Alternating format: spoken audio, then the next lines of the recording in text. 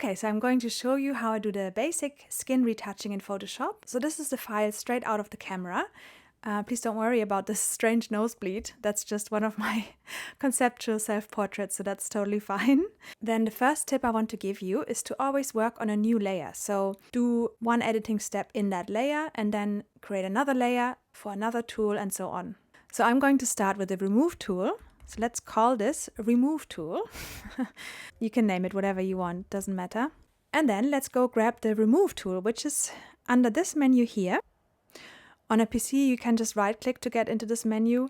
On a Mac, you actually have to hit Control while you click. So let's open that menu and then grab the Remove tool.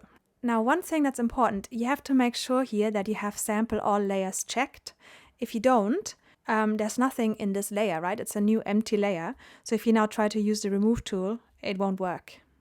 So make sure you sample all layers, then choose the brush size you want, and then let's go. I'm gonna zoom in a bit. So the Remove tool is great for just removing obvious big things. For example, this little wrinkle here, let's try that.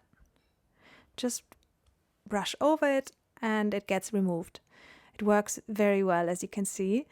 Let's do this eyelash here. It works extremely well for stray hairs like this. So I use it a lot for hair retouching. You can see it here perhaps. Yeah, perfect. Okay, so that's the Remove tool. Then the next tool I would always use is the Spot Healing Brush tool.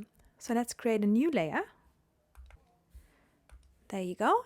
And then I grab that tool, which is in the same menu. It's actually the first one here. And again, you have to make sure to sample all layers. Otherwise, on an empty layer, it won't do anything. And choose the brush size you want. Again, make sure it's a soft brush. And then simply brush over areas you want to be gone. For example, I use this a lot for little freckles, just general skin blemishes, stuff like that. This is definitely my favorite tool for retouching. I use it a lot because it works so well. And on a portrait like this, I might spend 20 to 30 minutes just removing all these little skin marks, even little pores, for example, if I really want to get into it. It's also great for these kind of tiny eyebrow hairs or, yeah, just overall marks and spots that you want to get rid of. Great. Then the next tool I would use is the clone stamp. Let's create another layer. Okay, the tool is here on the left. It's this one here. Again, you guessed it. Make sure it's set to all layers. The blend mode, probably most of the time you will have on normal. Opacity 100 is fine for skin retouching. And again, keep it to a soft brush. So the clone stamp is very easy to use, really. You just sample pixels from an area very close to the area you want to fix. So for example, if I want to get rid of this spot here, don't go sampling from here or here in the face, because that won't look convincing at all. And then you just sample by hitting Option or Alt on your keyboard and clicking next to it. And then brush over the area, and that's gone. One more thing I want to show you with the clone stamp. For example, let's look at the eye. You can see it has these red veins here. Oops. Let's zoom in. So obviously the veins in the eye are darker than the white. So in this case, you can also change the blend mode of the clone stamp to lighten.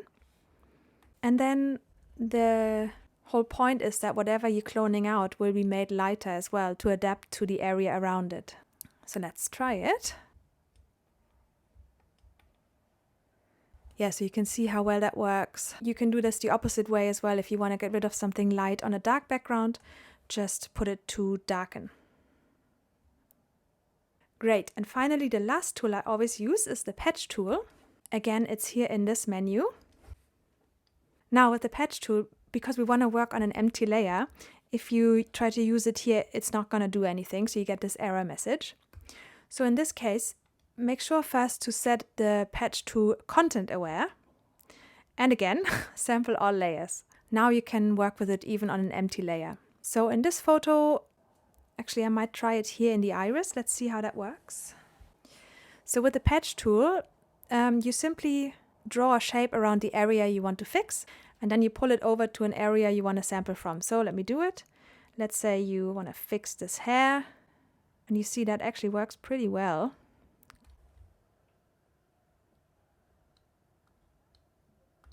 Yeah, so that's also a very handy tool. I use it quite a lot for sometimes wrinkles or, yeah, little hairs, anything like that. Okay, so if you're now wondering which tool to use for which job and in what order, the answer is it doesn't really matter. With Photoshop, most tools can do most jobs. So you always just want to try and find a tool that does the job the best. So I always start with a remove tool, for example, and if I find that it's not working for a particular job, that's fine. I just try all the other ones. And eventually one of the 4 tools will solve the problem. Okay, so now I'm actually going to do the thing and edit this, and then I can show you in the next video the frequency separation, the second step in my skin retouching process.